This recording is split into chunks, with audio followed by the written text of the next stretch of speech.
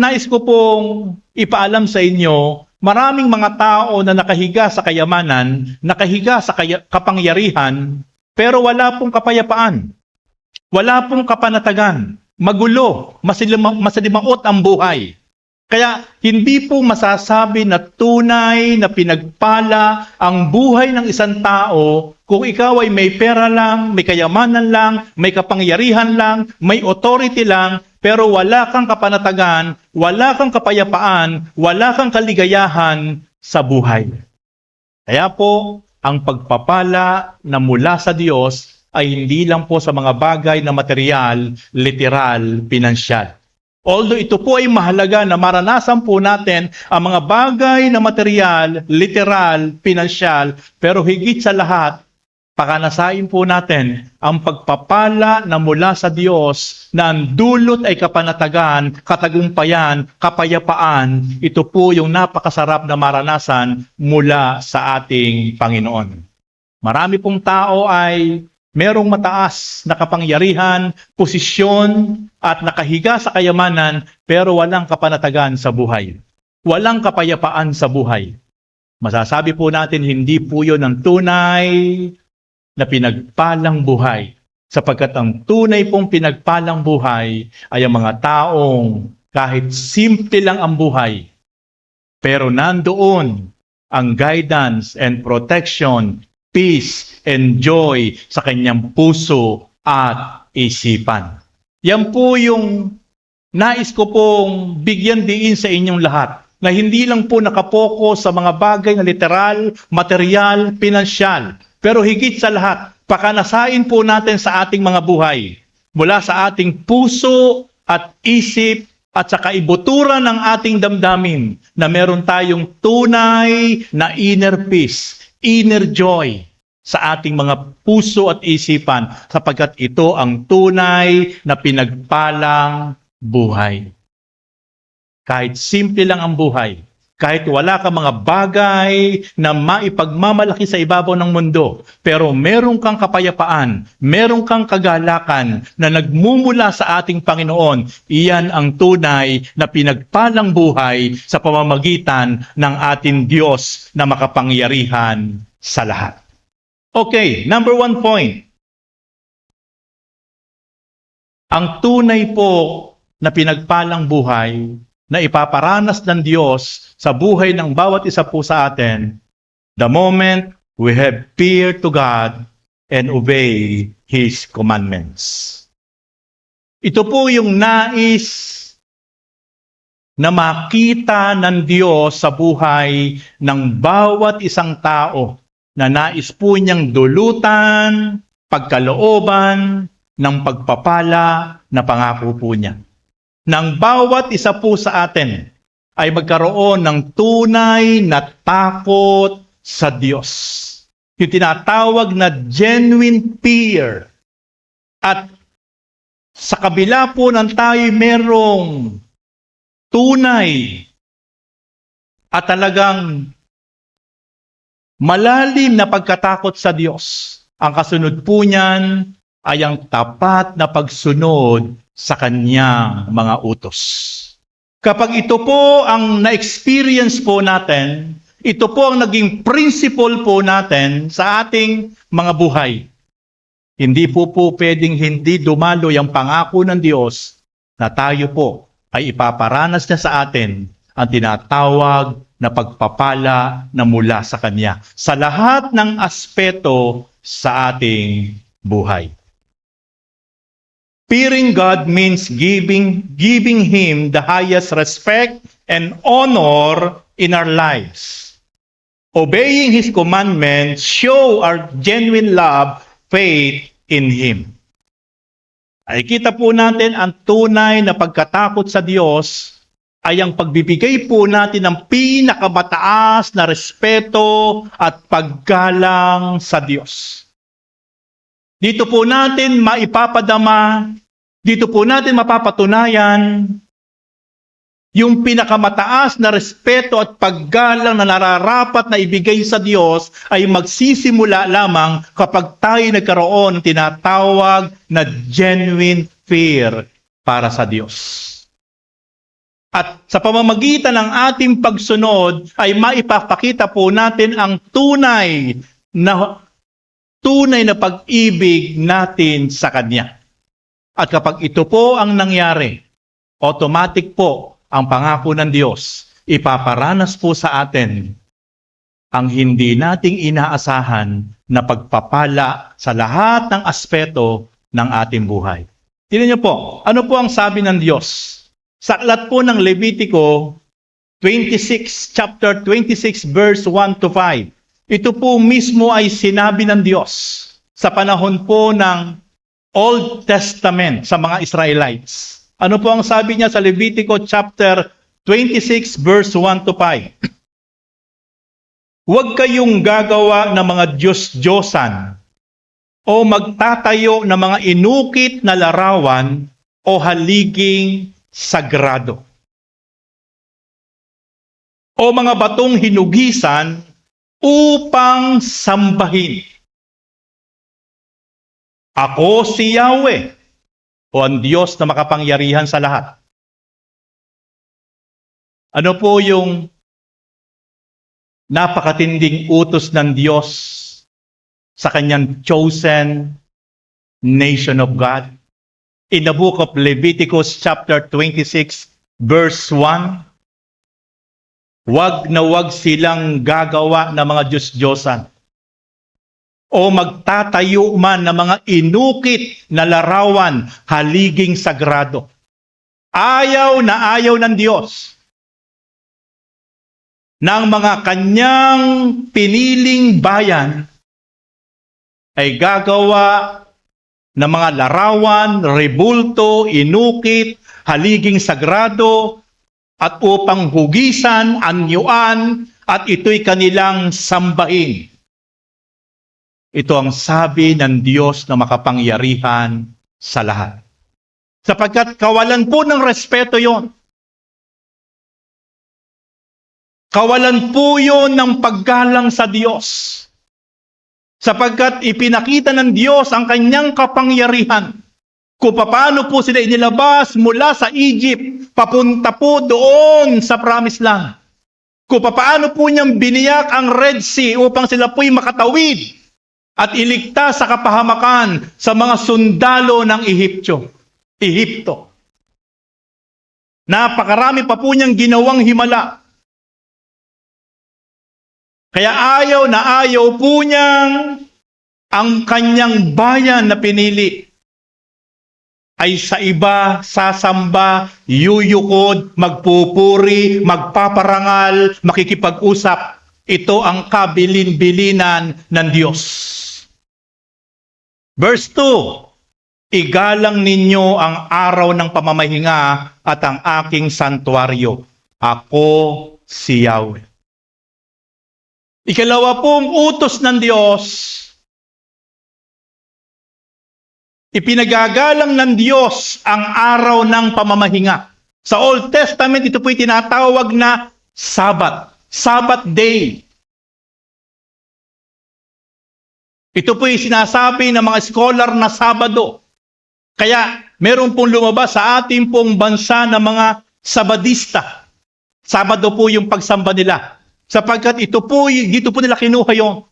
Na talagang inirerespeto nila, iginagalang nila yung Sabbath day. Hindi sila nagtatrabaho, wala silang ginagawa kapag Sabbath. Ang gusto ng Diyos, irespeto ang araw ng pamamahinga. Magpo-focus lamang sa pagpapasalamat, sa pagpupuri sa Diyos. Walang gagawin. Kahit mga alila, kahit mga hayop ay hindi pwedeng pagtrabahuhin. Ito ang utos ng Diyos sa lumang tipan. Igalang nyo ang araw ng pamamahinga at ang aking santuaryo. Sa ating pong kapanahunan, ito pong lugar natin, nagtitipunan, ito po yung tinatawag na sa ating generation ay sanctuary. Sapagkat ito po ay dito po natin pinasasalamatan, kinatatagpo ang presensya ng Diyos. At dito po sinasabi ng Diyos, igalang ninyo ang araw ng pamamahinga at ang aking santuaryo. Ako si Yahweh.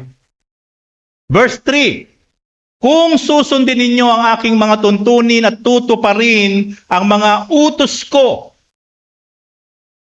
Yung una, huwag gagawa, huwag mag-uukit, huwag maghuhugis, huwag sasamba sa mga haliging sagrado, huwag mag-uukit ng mga inanyuan na anumang uri ng hayop, tao para sambahin. Ayaw na ayaw ng Diyos yun.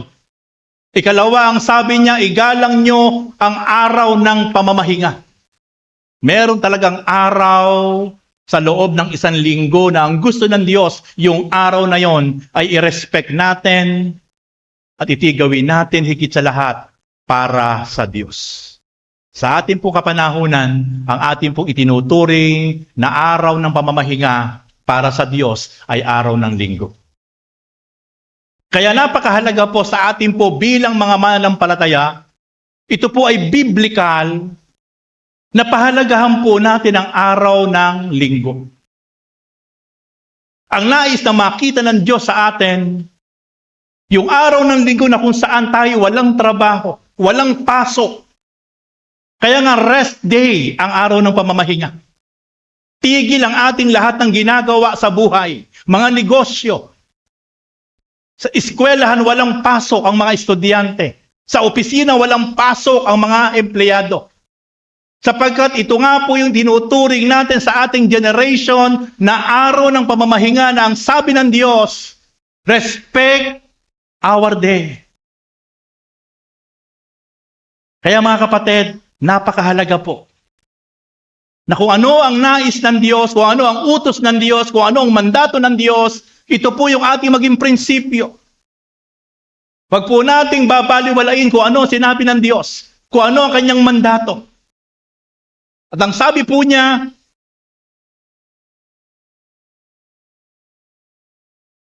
at ang aking santuario. Kaya po mga kapatid, napakahalaga na tayo po'y tunay na magkaroon ng genuine fear sa Diyos at magkaroon ng tunay na pagsunod sa Diyos sapagkat ano ang pangako ng Diyos? Sa verse 4, ito po ang kanyang pangako. Kapag kayo ay hindi sumamba sa anumang uri ng mga Diyos-Diyosan, kapag kayo ay hindi nagbigay ng parangal sa anumang uri ng mga bagay na inyong inanyuan, kapag pinahalagahan nyo ang araw ng pamamahinga at ito'y i-dedicate nyo para sa akin, at pinahalagahan nyo ang aking santuario, at sinunod nyo ang aking mga utos. Ito po ang pangako ng Diyos. Verse 4. Uulan sa kapanahunan at mamumunga ng sagana ang mga punong kahoy. Sapagkat sa panahon po ng Old Testament, ang pinaka-primary source of income ng mga anak ng Diyos, ng mga Israelites, ay ang pagtatanim sa sakahan ng iba't ibang uri ng halaman. Yun po ang kanilang pinaka-primary na source of income. Ang pagtatanim ng trigo, mga halaman, mga prutas. Ito po ang hanap buhay ng mga Israelites. Kaya ang sabi ng Diyos, kapag kayo ay sumunod sa akin, kapag pinahalagahan nyo ang araw ng pamamahinga, kapag pinahalagahan nyo ang aking santuario, kapag sinunod nyo ang aking mga utos, sabi ng Diyos, uulan sa kapanahunan at mamumunga ng sagana ang mga punong kahoy. Verse 5, ano pat nakaraan na ang pitasan ng mga prutas at taniman na uli, ay gumigiik pa kayo. Sasagana kayo sa pagkain at mamumuhay ng panatag. Yun po ang complete blessing mula sa Diyos. Pinagpapala sa lahat ng aspeto. Pinagpapala ang kabuhayan. Pinagpapala ang kanilang mga pananim. At ang kasunod, mamumuhay kayo ng may kapanatagan, may kapayapaan, may kagalakan, sapagkat ang Diyos ang magbibigay nun sa mga tunay na sumusunod sa Kanyang kalooban.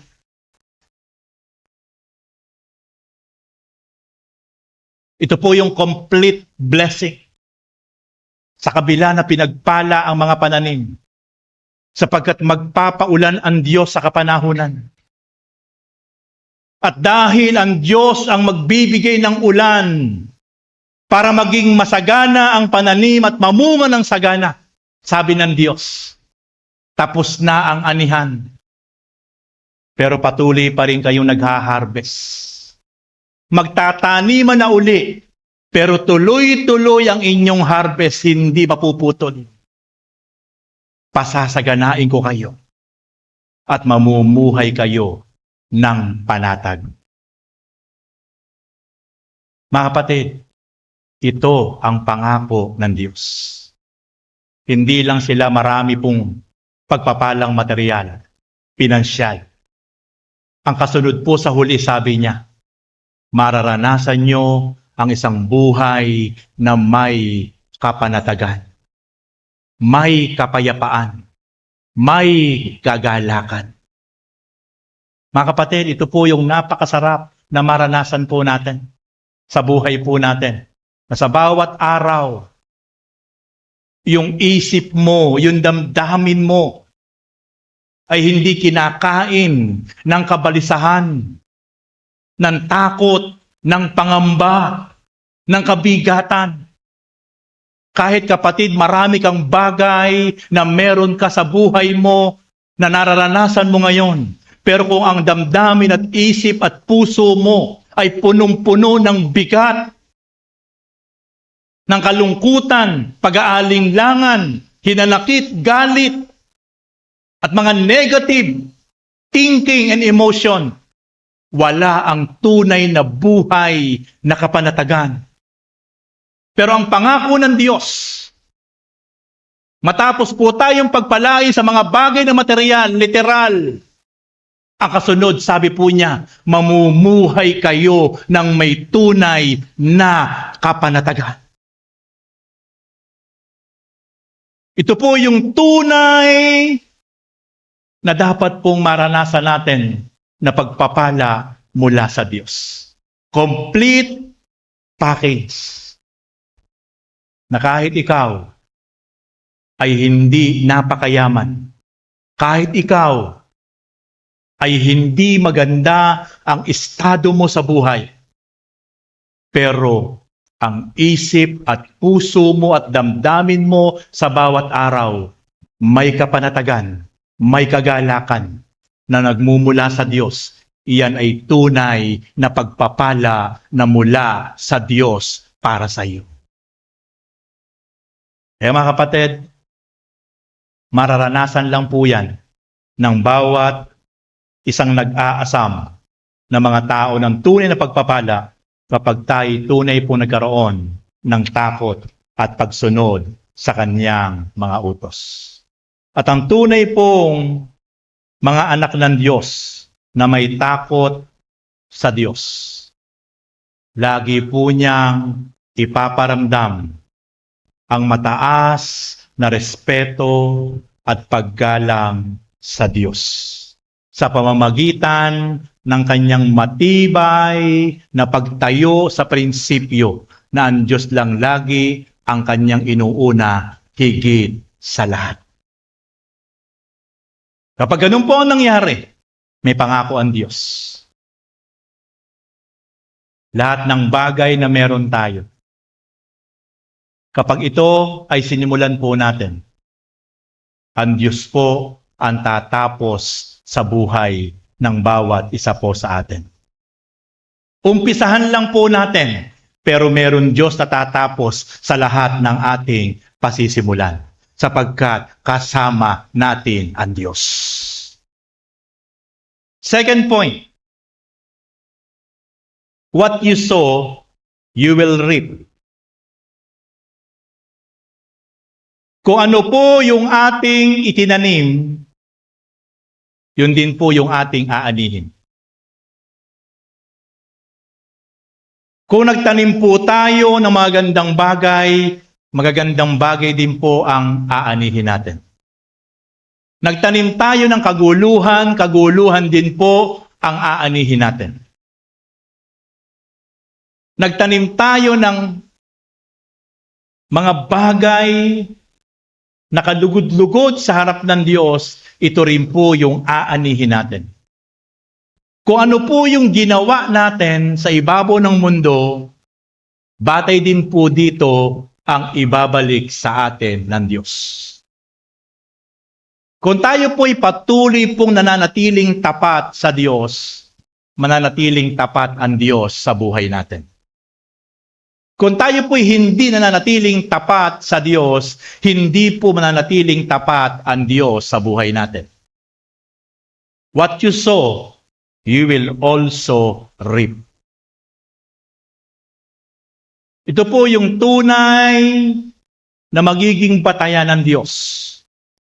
Kung paano ang bawat isa po sa atin ay makakaranas ng mga bagay na hindi natin inaasahan pero pangako ng Diyos. Kung ano yung ating ginawa, kung ano yung ating sinalita, ito rin ang ibabalik sa atin ng Diyos.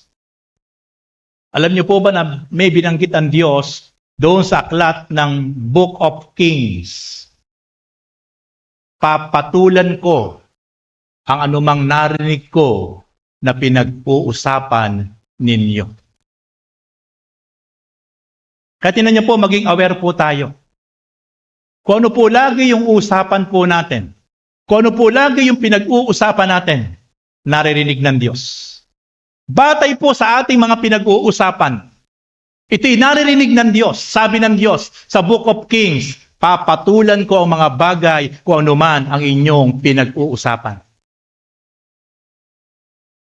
Kaya kung puro pangit ang pinag-uusapan ng bawat isa, papatulan nyo ng Diyos. Kung mga bagay na hindi maganda ang laging pinag-uusapan, papatulan niyo ng Diyos. Batay sa lumalabas sa ating bibig, batay sa ating mga pinag-uusapan, iyon ang ibabalik sa iyo ng Diyos. What you sow, you will also reap. Kung ano yung ating laging iniisip, ito yung mangyayari sa buhay mo. Kung ano yung laging lumalabas sa bibig mo, sapagkat yan lagi ang dinideklara mo, yan ang mangyayari sa buhay mo. Kung ano lagi yung ginagawa mo, yan ang magiging bunga bukas, sapagkat yan ang pinagtutuunan mo. Napakaliwanag po ang prinsipyo ng Diyos.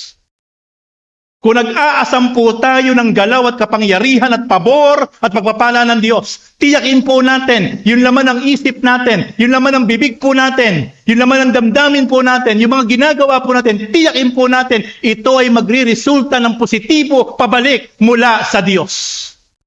Sapagkat kung ano ang ating ginagawa, kung ano yung ating tinatanim, yan din po yung aanihin natin. Galatia chapter 6 verse 7. Huwag ninyong linlangin ang inyong sarili. Ang Diyos ay hindi madadaya ni numan.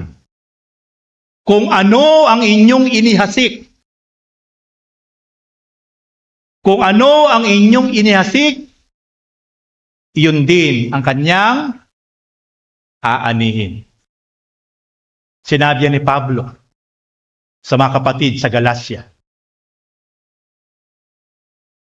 Kaya kapatid, kung ano lagi yung lumalabas sa bibig natin, kung ano lagi yung laman ng isip natin, kung ano lagi yung ating pinag-uusapan, kung ano lagi yung ating ginagawa at nagtutunan ng pansin, yan din yung mangyayari sa buhay ng bawat isa sa atin.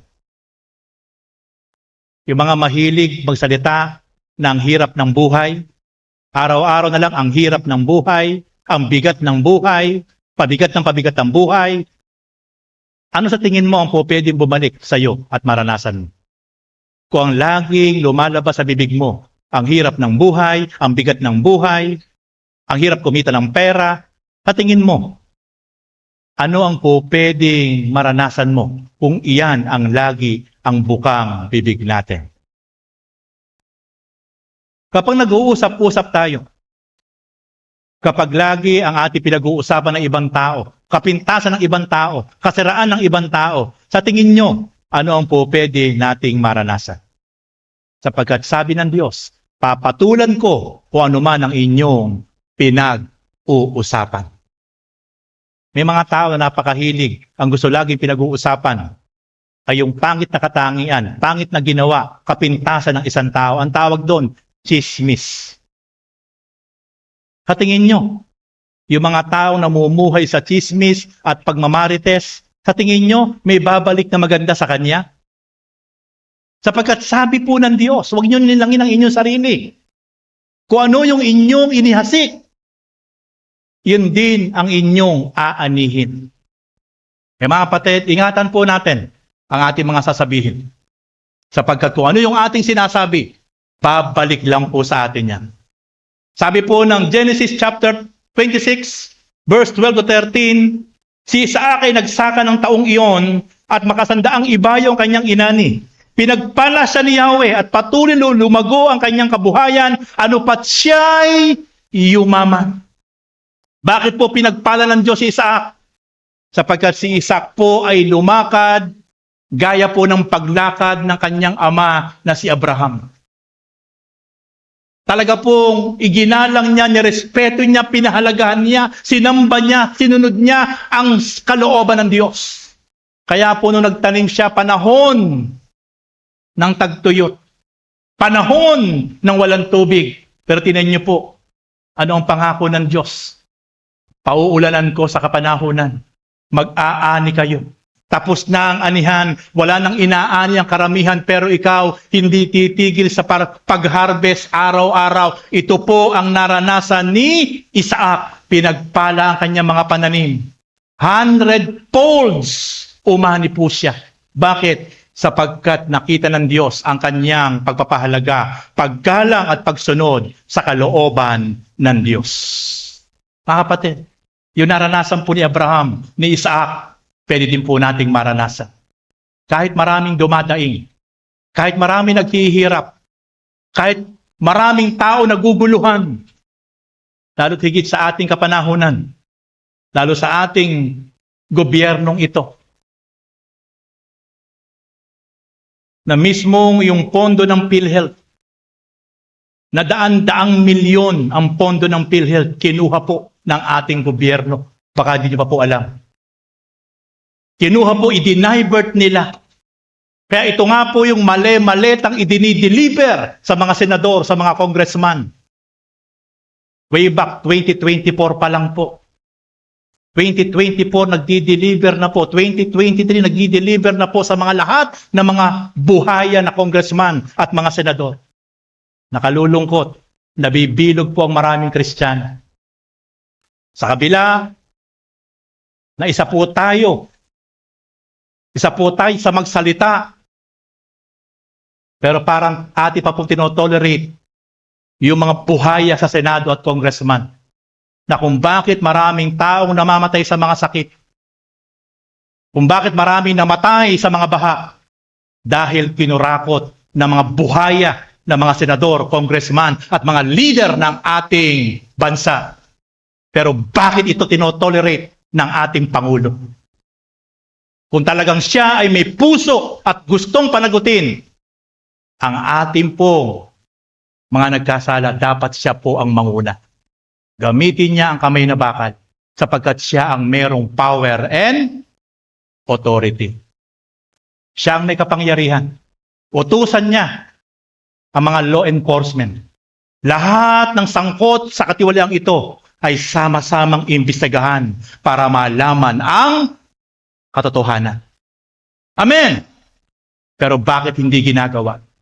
Matatapos na yung term niya. Mga kapatid, mag-isip kayo. Baka yung ilan sa inyo hanggang ngayon ay nabibilog pa po tayo ng sistema ng ating gobyerno magpahanggang ngayon. Nabulok na sistema ng ating gobyerno. na walang ginawa kundi pagnanakaw. Kaya po hindi umunlad ang kabuhayan ng ating bansa at ng mga mamamayang Pilipino. Amen. Pasensya na kayo.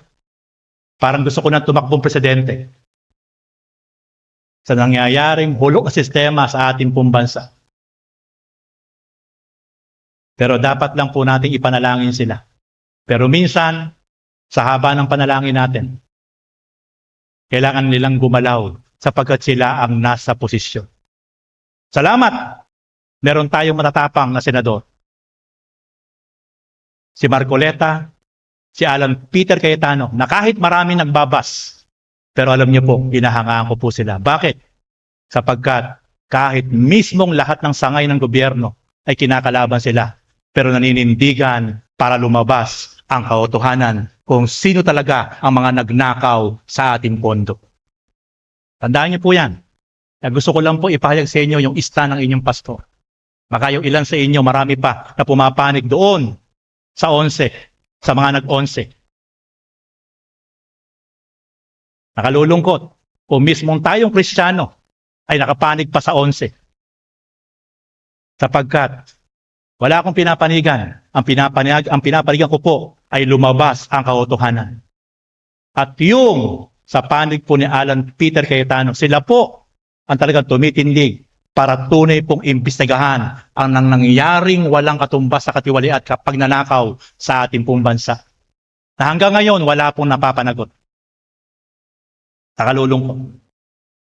Kaya mga kapatid, maliwanag kung ano po yung ating ginawa, aanihin po natin. Kaya lahat ng mga taong gumawa ng katiwalian, pagdating ng takdang panahon, ang Diyos ang hahatol sa kanila. May tamang panahon para sa kanila. 1 Corinthians chapter 3 verse 7, hindi ang nagtatanim ni ang nagdidilig ang mahalaga, kundi ang Diyos. Ang Diyos na siyang nagpapatubo at nagpapalago. Mga kapatid, handaan po natin, walang ibang mahalaga. Higit sa lahat, ang Diyos na makapangyarihan sa lahat.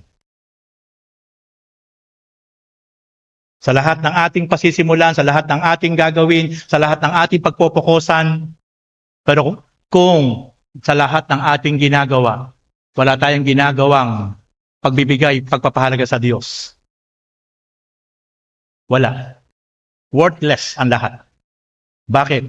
Kahit masipag kang magtanim, kahit masipag kang magtrabaho, kahit napakasikap mo, pero hindi mo pinapalagahan, hindi mo iginagalang, hindi mo sinusunod ang Diyos. Sa Diyos nagmumula ang lahat ng bagay. Siya ang nagpapalago. Siya ang nagbibigay ng bunga sa lahat ng ating ginagawang pagsisikap. Always start with God. Mga kapatid, ang susi ng pagpapala, ang susi ng tagumpay, ay walang iba kundi ang Diyos na makapangyarihan sa lahat. Amen. Last point. All who believe in God and connected to Abraham. Lahat ng taong tunay na nanampalataya, nanalig sa Diyos at konektado kay Abraham.